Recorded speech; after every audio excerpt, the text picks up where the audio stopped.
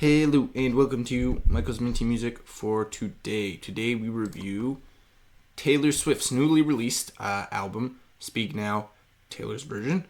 Re-recorded version of the original, Speak Now, came out in 2010. And the re-record is pretty similar, not many big changes at all. I've already reviewed the original. You can watch that video by clicking the little link at the top of this video. So check that one out.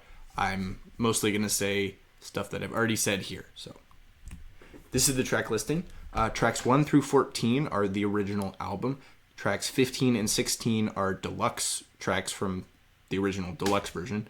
And tracks 17 through 22 are sort of newly released based off of cut content from the original album and demos and songs that were written in the same time. So you can see that the producers for those tracks are all different than the original producers. And these are the tracks I added to my playlist. 11 out of 12, 11 out of 22, so exactly half. I kept all the same songs from the original. I only added 4 new tracks from the new sort of demo from the vault section. The re-recorded stuff is pretty much exactly the same as before. It's mostly country pop with a little bit of rock in there. The new tracks also kind of follow that, although they feel a bit more varied. Her production's changed over the years, and it makes the songs feel a bit different than the original tracks, but they still feel similar enough to be part of the album. So it kind of works out pretty well.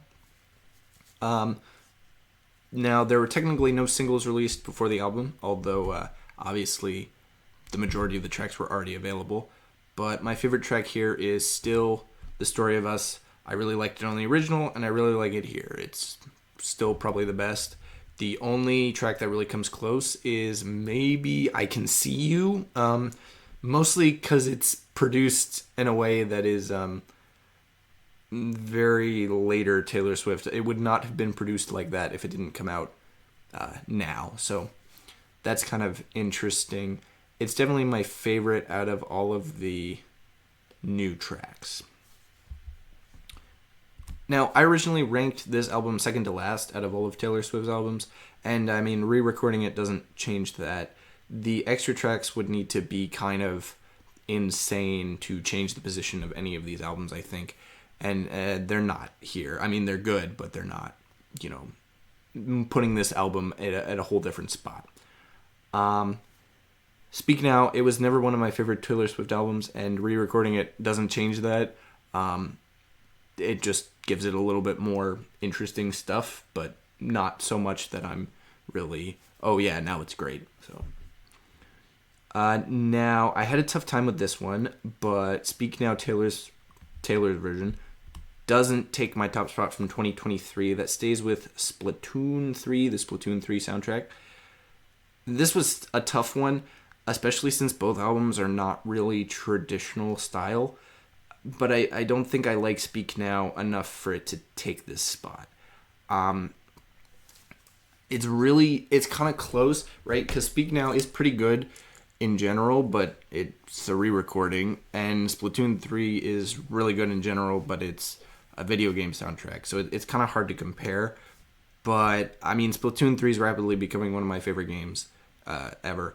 And I really like the soundtrack. It's really good. So I've decided to keep it there. Next up is a different video game soundtrack, the original 1998 Half-Life soundtrack. It's pretty good in my opinion. It's not really comparable to a more traditional album, but it's probably one of the best video game soundtracks I would say that I've heard. So it's pretty good. So stay tuned for that and stay minty.